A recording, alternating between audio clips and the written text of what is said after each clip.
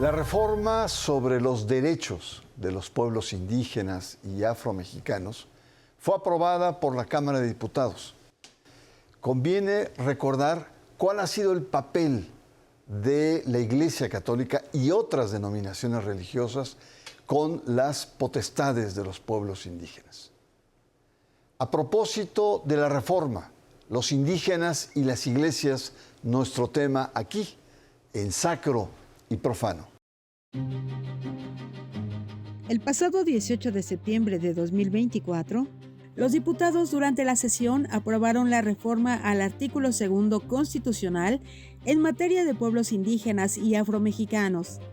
Se trata del reconocimiento de los pueblos indígenas como sujetos de derecho público, es decir, los indígenas como sujetos de derecho público con personalidad jurídica y patrimonio propios constituyen la piedra angular de la reforma. La modificación del artículo 2, en el que actualmente se concibe a los pueblos y comunidades indígenas como sujetos de interés público. La iniciativa les permitirá ejercer sus derechos por sí mismos, tomar decisiones en sus asambleas u órganos comunitarios, nombrar a sus autoridades, recibir y administrar recursos públicos, así como defender sus derechos colectivos y culturales ante instancias jurisdiccionales y otras autoridades. Con ello se fortalece una definición constitucional y protección de afromexicanos, así como los derechos de la niñez, adolescencia y juventud indígenas a la educación, la salud, tecnología, arte, cultura, deporte y capacitación para el trabajo en sus propias lenguas. Por ello, propone reconocer la composición pluricultural y multiétnica del país, expresada en 70 pueblos indígenas y el pueblo afromexicano, integrados por 7.3 millones de hablantes de lenguas indígenas, 23 millones que se autoadscriben indígenas y 2.5 millones que se autoadscriben afromexicanos, quienes conforman el rostro de la diversidad cultural y lingüística de México.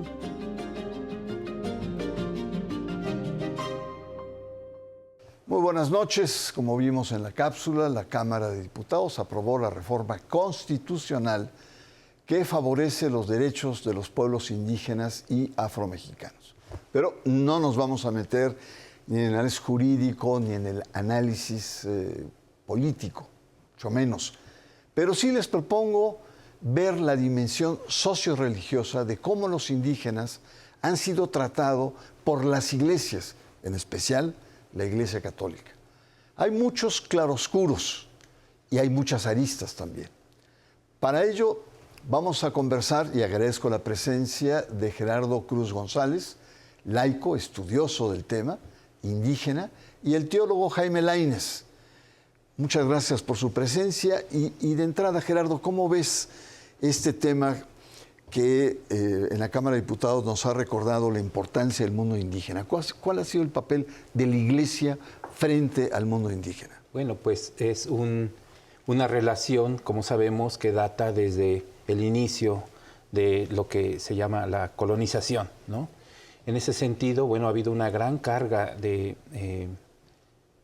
precisamente de colonización frente a grupos indígenas, también por la parte de la religión.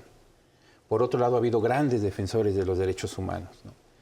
Sin embargo, a lo largo de estos más de 500 años, podemos ver que los indígenas siguen constituyendo no solo un grupo olvidado dentro de la sociedad y a veces también de las altas jerarquías de la Iglesia, sino también un grupo de resistencia a este sistema neoliberal, ¿no? Por ejemplo, el gran aporte de los grupos indígenas es la vida comunitaria, que nos vendría muy bien en esta sociedad tan individualista. Y esa es una de las expresiones de la resistencia que tienen, especialmente con megaproyectos, agroindustrias, mineras, que los van desarticulando, que los van realmente pues partiendo como comunidad, pero que sus tradiciones siguen siendo vivas. Por otro lado, también ha habido dentro de las iglesias, especialmente la Iglesia Católica, pues una gran vinculación con ellos. Me parece que una expresión de esta preocupación de la Iglesia a nivel universal, pero también regional, es la exhortación Querida Amazonia del Papa Francisco. Ahí se menciona, bueno, los temas socioculturales, los temas ecológicos, económicos y también los temas eclesiales. Es decir, necesitamos poner en el centro, pasar de la periferia al centro a los pueblos indígenas. Sí, yo recuerdo cuando se hizo el sínodo en Roma, como católicos conservadores tomaron la imagen de Pachamá y la tiraron al río, que es una verdadera ofensa a ese universo indígena, no solamente olvidado, incomprendido por Occidente. Y bueno, remontémonos a las primeras evangelizaciones con claroscuros, clérigos que también se sumaron a masacres, justificaron incluso hasta teológicamente el poderío militar que se impuso durante los inicios de la colonia. Pero no todo, como señalaba muy bien Gerardo. Hubo religiosos que defendieron, e incluso fueron pioneros en materia de derechos humanos. El caso de Bartolomé de las Casas. Cuéntanos un poco de Bartolomé. ¿Quién fue? ¿Qué hizo? Sí, Bernardo. Gracias por la invitación, a Gerardo, a ti, Bernardo. Siempre es un honor estar en este programa. Mira, esta reforma que ya se había tardado, la importancia que tiene es que reconoce, está dicho así, como sujetos, como personas, sujetos, y de derecho a personas y comunidades indígenas. Es decir, les reconoce la existencia como personas con derechos. Y eso, por parte de la Iglesia, también no siempre ha sido la actitud y la disposición hacia alguien que es totalmente, como persona humana, diferente en términos de su ser, su identidad, su cultura, sus expresiones, ¿no? Justo, un poco lo que ya nos señaló Gerardo, la dificultad de reconocer al otro como persona con derechos, también en la historia de la Iglesia ha sido un problema. Porque justo en esta primera llegada de Occidente a los pueblos indígenas, no siempre se reconoció eso. Sin embargo, gente como Montesinos, Antonio Montesinos, Bartolomé de las Casas, Francisco de Vitoria, fueron gente excepcional, de excepción, que vieron en la persona indígena decir, esta es gente, aunque es diferente a mí, y lo reconozco como tal. No siempre fue la actitud digamos, de la Iglesia en su institucionalidad. Y hasta la fecha, el reconocimiento del otro como diferente en igualdad de situación conmigo, ¿no? Vamos a una pausa. Estamos conversando en torno a propósito de esta reforma, la relación entre los indígenas y las iglesias, especialmente la Iglesia Católica. Usted está en Sacro y Profano.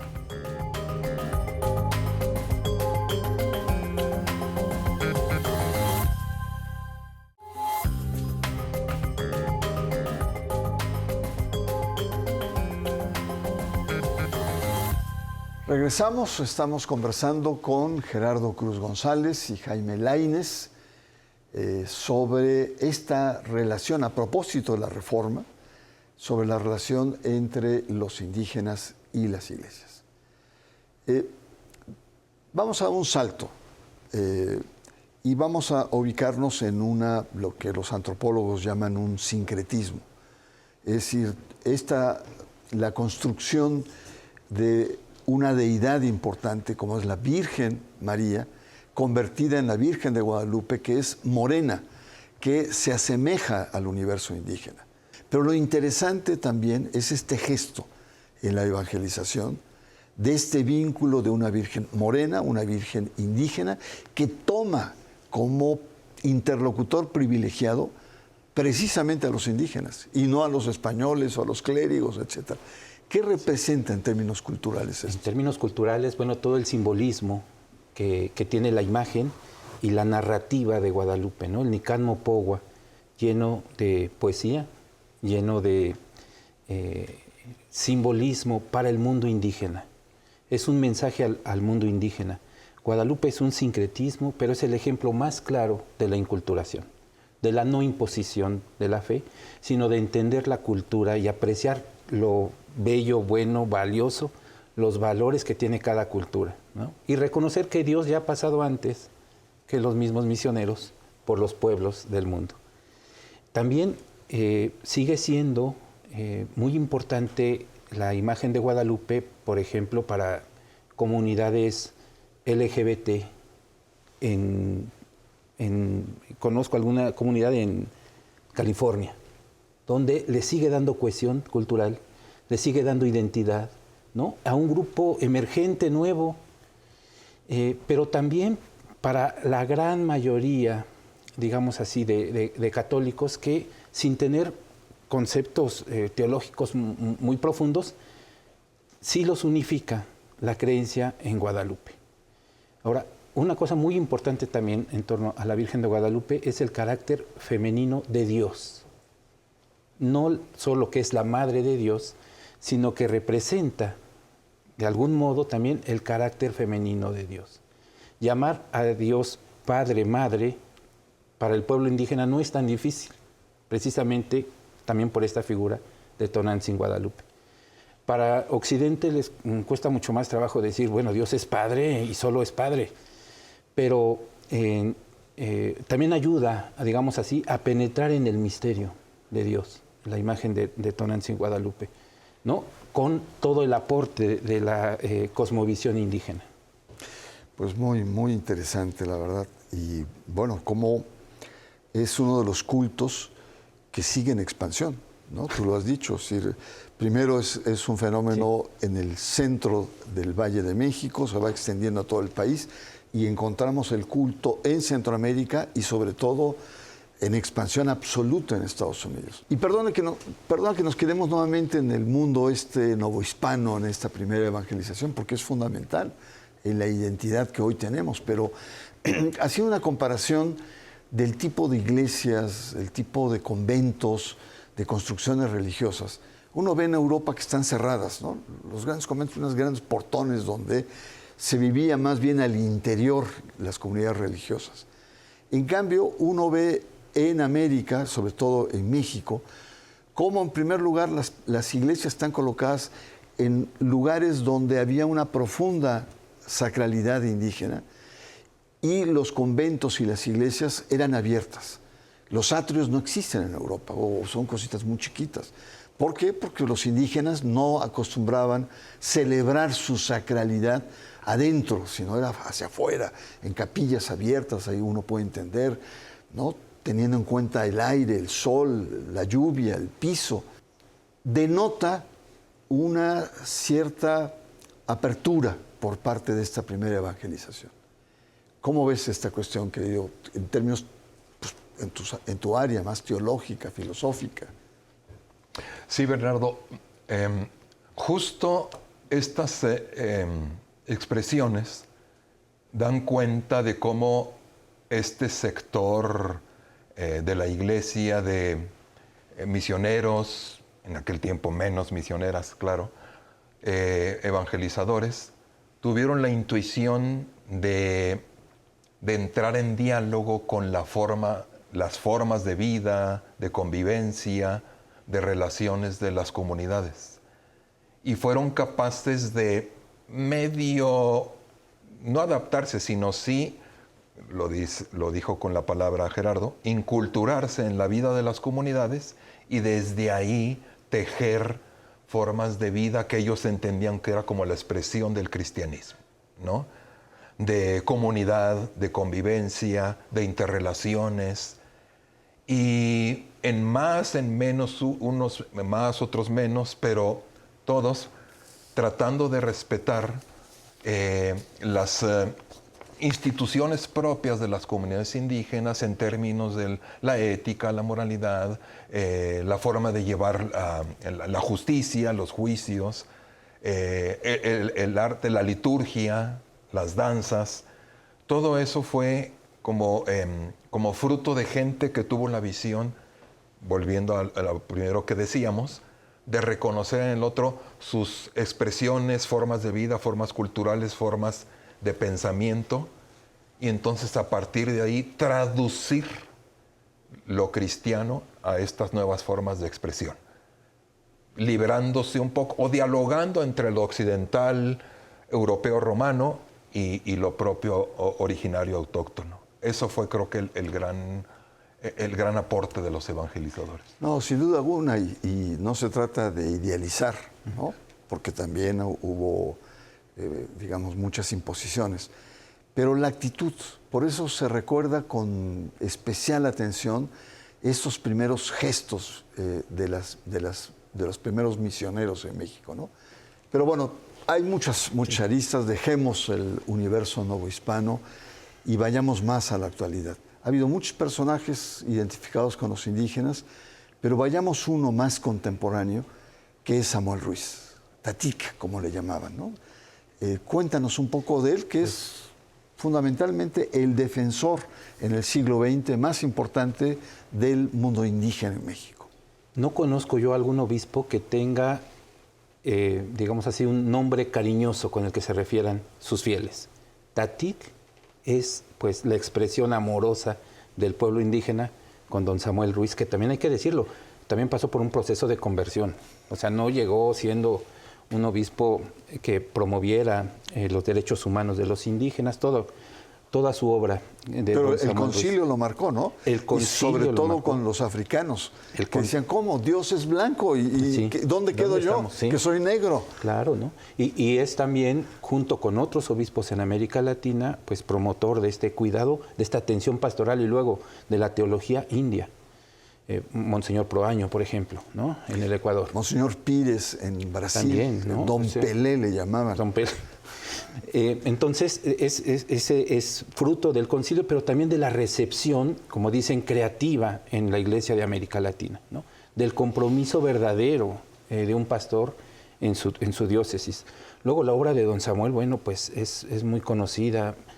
Por ejemplo, una cosa que a mí me ha gustado como ver es el fomento del cuidado entre las comunidades indígenas, ¿no?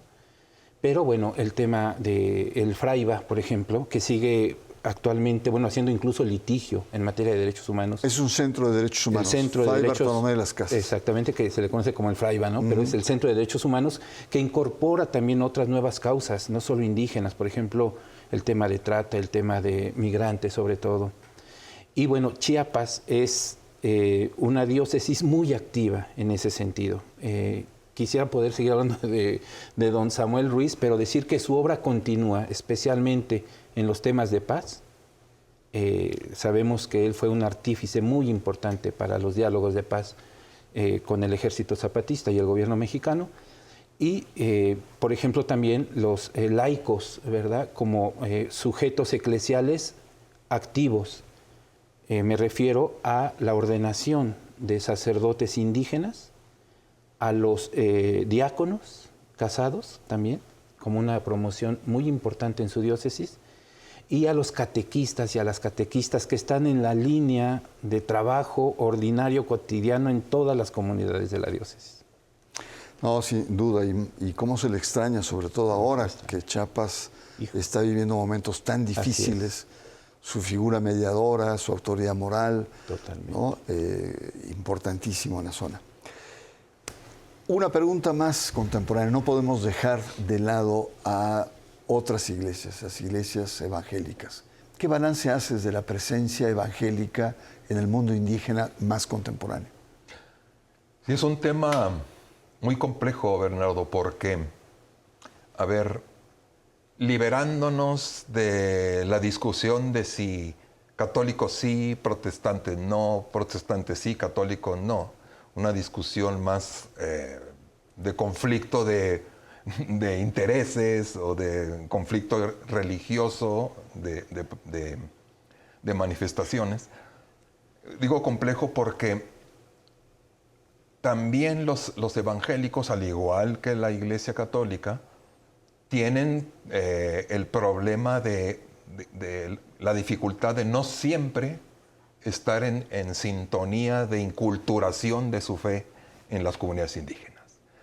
también tiene una visión.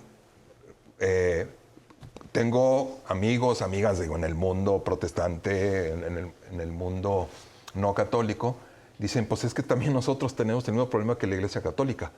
En su gran mayoría, el mundo evangélico es proselitista, impone creencias, impone rituales, impone cosas de prácticas, moral, y no reconoce el mundo indígena en sus propias expresiones.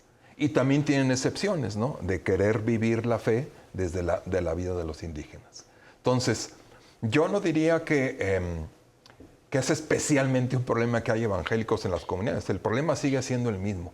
Como cualquier institución de corte religioso, de corte ideológico, se pone en el espacio de una comunidad indígena y es capaz de dialogar con ella para juntos caminar, ¿no?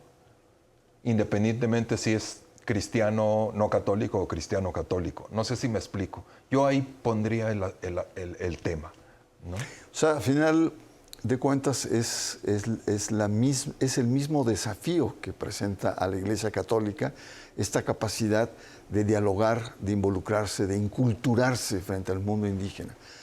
Estamos conversando sobre, a propósito de la reforma que ha traído nuevamente el tema de los derechos de las personas indígenas y afromexicanas, en términos de sujetos de derecho. Vamos a una pausa. Yo le recuerdo que usted está en Sacro y Profano.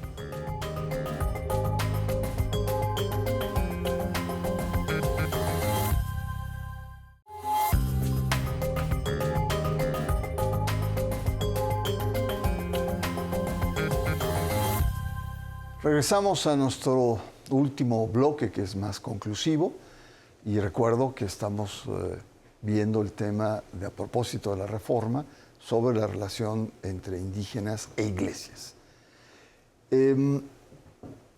No podemos pasar por alto, Jaime, el tema de lo que hoy se llama la teología india, ¿no? Muy vinculada a la teología de la liberación, muy vinculada a la experiencia pastoral de Samuel Ruiz y de la diócesis San Cristóbal de las Casas. ¿Qué es, Jaime Laínez, y agradezco tu presencia aquí, de la teología india? ¿Qué es la teología india? Teología es la forma en que una persona, un grupo, una comunidad manifiesta el sentido profundo de su vida vinculada al ser trascendente, a Dios, o como le llamemos, ¿no? Teología india sería la expresión propia de un pueblo, de una etnia, de una comunidad, de los pueblos, de cómo conciben, viven, experimentan y viven en su vida económica, social, política, ética, esa relación con la divinidad. Teología india sería la expresión propia, auténtica de una comunidad, de un grupo, de su concepción de lo que es la divinidad, el gran otro, el ser trascendente, en su vida, en todas sus relaciones. Y que no necesariamente es una sola forma de mirarlo, de verlo, sino que es la expresión propia de ese pueblo. La reforma, querido Gerardo, ¿no? Se plantea la reforma. Después de siglos se reconocen los derechos de los indígenas y afromexicanos como sujetos, como personas.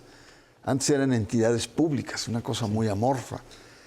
¿Cómo crees que reacciona el episcopado? Sobre todo que el episcopado, cada vez que haya una iniciativa del gobierno de la Cuarta Transformación o un postulado de Andrés Manuel López Obrador, se le van encima, desde hace 2 años para la fecha.